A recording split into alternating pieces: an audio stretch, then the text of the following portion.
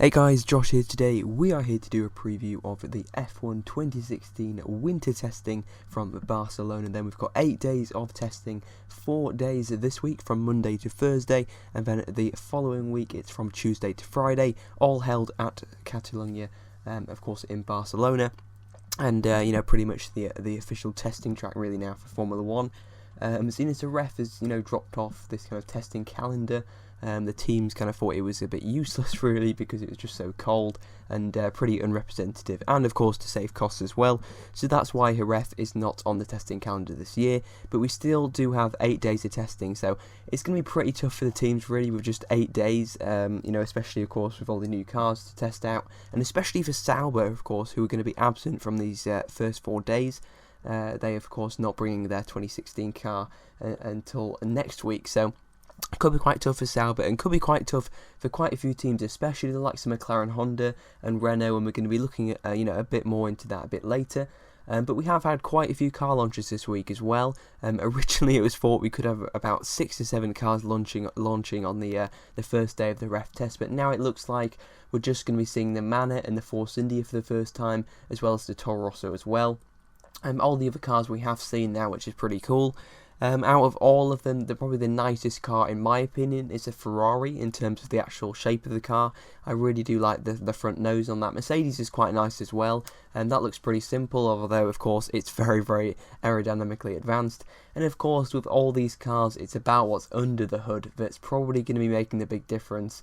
In this new kind of hybrid era since 2014, it's much more about the power unit of course. So although the aero is very, very important and we can analyse that for days, at the end of the day it's probably going to be coming down to who has the better power unit between Ferrari and Mercedes, because they're probably pretty equal on aero.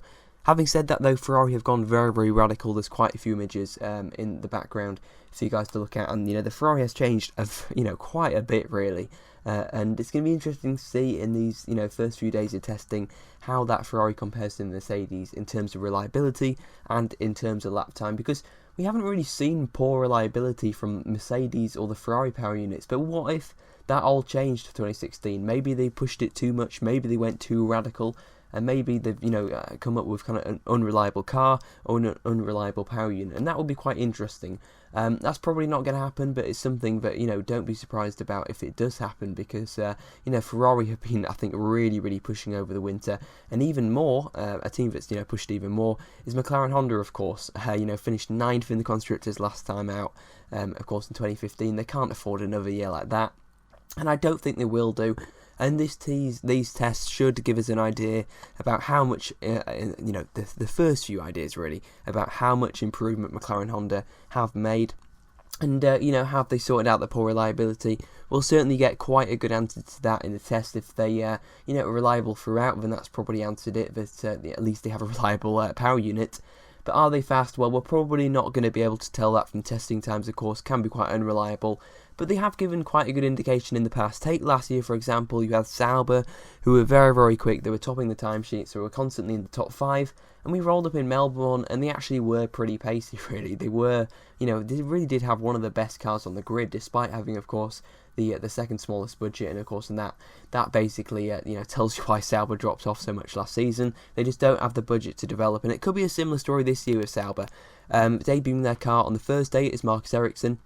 But of course, that's their 2015 car with their 2016 livery. So Sauber, it's not really going to matter what they do at this test. I guess it's just experience for Ericsson and Nasr, and I'm guessing they're going to, probably run some 2016 parts on the 2015 car, trial some different things out, just get mileage, just get, I don't know, a bit of practice for Nasr and Ericsson. I'm not really sure what the point is, but I guess, all testing that they can do, they've really got to take. So not ideal for Sauber, but still, they're going to be there this time. And as I mentioned, Ericsson, he's going to be driving for the first 2 days, then it's Nasr on the second, the last 2 days of this first 4 days of testing. Hamilton is debuting the new Mercedes, of course. That was revealed today, or more images. They did a shakedown run yesterday, of course, which was Saturday at Silverstone, and everything seemed to be working pretty swimmingly, really, for them. I think it should be a great test for Mercedes. I think they could be topping the timesheets, definitely, and in terms of reliability as well, will probably remain bulletproof, just like they were last year. Vettel is debuting the new Ferrari. Ricciardo is in at Red Bull, of course. We saw that new livery. Yeah, pretty interesting livery, of course. We haven't actually seen Red Bull's car yet. I am mistaken before. We haven't actually seen Red Bull's proper car. They've just done a livery launch. So we'll see Red Bull and Toro Rosso's cars tomorrow, as well as, of course, Manor and Force India. Very, very excited to see what Force India have, and Manor as well. I really hope Force India have gone radical and really gone colourful, but, we'll have to see. Are they going to carry on with their kind of nostril nose? We'll have to see. I mean, no one's copied that so far, which is quite interesting, but we'll see if Force India have kept with that. I wouldn't see, why they wouldn't. Debuting their car, though, is Celis Jr., which is quite an interesting choice there from Force India, of course, the guy who's been racing in GP3 and Formula Renault 3.5 over these past few years, was meant to be driving on the last day as well, but that's recently changed, and now Hulkenberg will be driving on the last day, and then day 3 will now be a shared day, so basically Perez and Hulkenberg will get a day and a half each, so it's still equal, but Celis Jr. will just get 1 day now, which I think is fair enough, really. You've got to prioritise your race drivers, really, over your reserve drivers. But still, it's a good show of confidence that Celis Jr., I mean, he's certainly not the fastest guy, and I can't really see him driving for Force India in the future. But, you never know. He's heavily backed, so that's why he's there. But maybe a bit of confidence from Force India. He's still, I think, only 19 years old, so maybe if he has a good year in V8 3.5 this year, which of course is the new Formula Renault 3.5, if he does well in that, then, you never know. He's certainly, well backed enough to get on the Formula 1 grid, but, we'll have to see. Debuting the new Toro Rosso, of course, Plank Toro Rosso, quite strange. We're just going to be seeing a blue, just a bare blue, I think, Toro Rosso. Very, very strange. They haven't been able to get the livery sorted for the tests.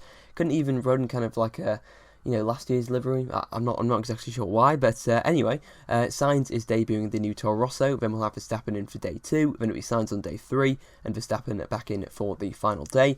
Debuting the new McLaren Honda will be Jenson Button, and it could be a crucial test for them.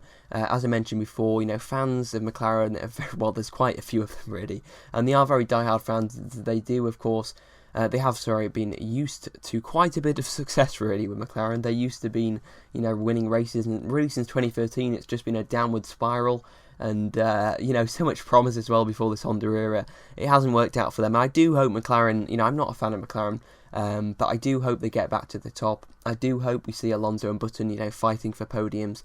They're not going to be fighting for wins this year, but I do think they're going to make a bigger leap than a lot of people are expecting. I don't think people are really expecting much for them, but I think they could be the dark horses of 2016, and could be in a fight with Renault, who Jolyon Palmer is debuting their car for. Of course, we're just going to see that Renault test livery, which we've already seen back in early... Oh, we haven't seen the Renault either. We haven't seen the Renault car either, so I was quite a bit wrong really earlier on. But in terms of... the cars we're going to see now. So we're going to see the Red Bull, the Toro Rosso, Manor Force India, and the Renault as well.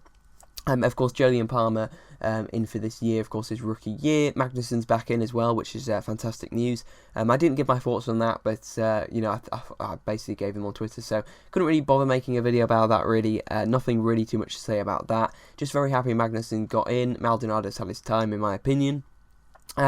Sauber then, of course, I've already talked about them. Ericsson for the first 2 days, Nasr for the final 2 days. Haas, of course, they revealed their car today. Very, very interesting livery design. I think it was pretty much what I was expecting. I mean, it kind of got leaked, part of the car, because I think one of them was doing an interview with a Sky Italia or someone like that. And yeah, a bit of the livery was leaked. And just like the Sauber was leaked, I think, and the McLaren was leaked as well. So, they're not really the best...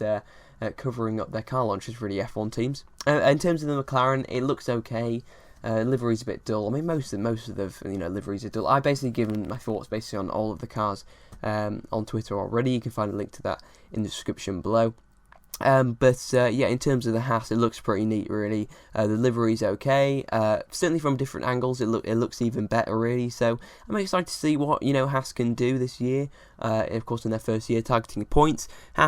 Gene Haas rather has come out and said before that they have a better chassis than Ferrari. So bit of a strange one, but if they have the same power unit, they have a better chassis, then surely Haas should be ahead of Ferrari. But of course, it's not going to work like that. And I think they seem to have reined in their expectations for the start. Maybe they're quietly confident. I'm not sure. Haas is such a big unknown. For all we know, they could have really poor reliability, and I think they will to start off with. They could be quite unreliable, but I do think they have a good base car. They've got all the right people. They've got a good driver in Grosjean. They've got Gutierrez as well. We'll see how Gutierrez performs. I mean, he could be one of the surprises of the season, because really why is he, I was kind of thinking, why is he still in F1 really? 2 dismal years at Sauber, but 2014 I guess was okay. He was a pretty good match for Adrian Sutil, so as a Sutil fan though, I guess I'm a bit more annoyed because, Gutierrez was his teammate, and, Sutil beat him, but Gutierrez remains in F1. But I think I'm going to, get behind Gutierrez, because I do really want him to do well, and, I do wish him the best of luck. Finally then, Manor, of course we haven't seen anything from them yet, but we have seen their logo, which is blue, red and white, so I think their livery is going to be pretty much the same as last year really. I'm sure they'll rejig around the design, but in terms of the colours it should remain the same, which I'm all for really. I think they should keep, plenty of black as well. I think black, red and white is really their colours, maybe a dash of blue. I did like the blue side pods. It shouldn't really have worked last year, but in my opinion it kind of did. I do wish Haryanto and Wehrlein the best of luck. Pascal Wehrlein, of course, I haven't mentioned him really in any of my videos, but I think he's a really, really good driver. Of course, won DTM last year, pretty underrated by fans as well, but I think people are going to find out how good he is really in Melbourne, and he is very good in my opinion, and he could be right up there in the points. I hope Man are regular point scorers. I hope everybody in the field is just, kind of very, very close, and just everyone's scoring points. But there's still question marks over Manor, because people seem to kind of expect they're going to get points, and I think they will. But, I think we should just wait until they get those points in the bag, and then we can celebrate over this Mercedes and Williams partnership. Wehrlein then is debuting the car. He's also in for day 2, and then Haryanto takes over for the final 2 days. So it's going to be interesting to see how those two get on. Of course, they're both rookies, so track time is crucial to them. And to Palmer as well, but of course Palmer's had 10 FP1s last year. It was crazy really. He was, I think in more FP1s than he wasn't really. So he's had plenty of track time. He should be, I think that's really, really going to help him, should give him the upper hand of Magnussen. But of course Magnussen does have a year's experience, so I think this could be quite a few close teammate battles really. Wehrlein and Haryanto, you probably expect Wehrlein to come out on top of that one, but we'll have to wait and see. Anyway, I think that is pretty much it then. I've gone through all the teams. Quick note as well, so Celis Jr. is in for 7 FP1s this year. Of course, I've talked about most of the cars, like I mentioned. I've talked about them in more depth really on Twitter, because really there's not that much to say really. That I didn't bother making videos about them, because it was a bit of a waste of time in my opinion. Like, it's just kind of, you can just go on websites to view the liveries really. I don't really have anything worthy to say. I'm not a technical expert, so I can't do any better than what motorsport.com does, so you should just stick with them, and read Motorsport as well, who I write for. I should probably plug them. But anyway, that's pretty much it then for this testing preview. I'm very, very excited. I'll be doing reviews of every single day, complete with a whole slideshow of pictures as well, and all the information you need to know. And just to remind you, Pastor Maldonado was fastest on the first day of testing last year at Barcelona, so, let's take it with a pinch of salt.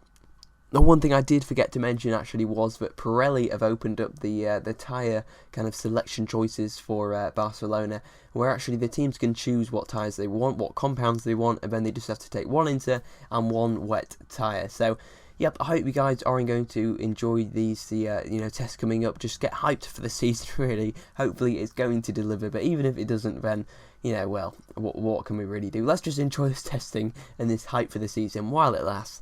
Anyway, I've been Smooth Racing, and I'll see you guys next time. Goodbye.